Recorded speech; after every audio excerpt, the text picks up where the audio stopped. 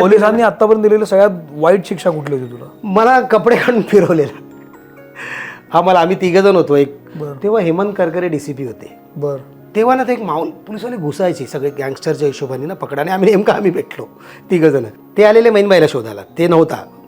तो मैनबाई बरोबर एक ते जावेद खान होते तेव्हा होम ते गृहमंत्री, त्यांचे फोटो होता दोघांचा. तर मी भाईकडेच होतो. तर मला पकडला त्याने, मला बोलले तो फोटो घे. तो मला फोटो घ्यायला लावला असा, बोले चल आता.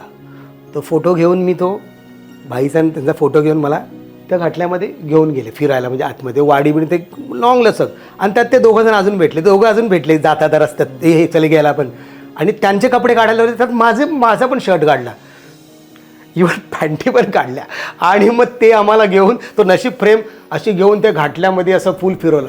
पण काय ना तिथे ना लोकांची ना खूप सिंपत्ती होती, कारण कधी कुठल्या मुलीकडे वाईट नजर नाही.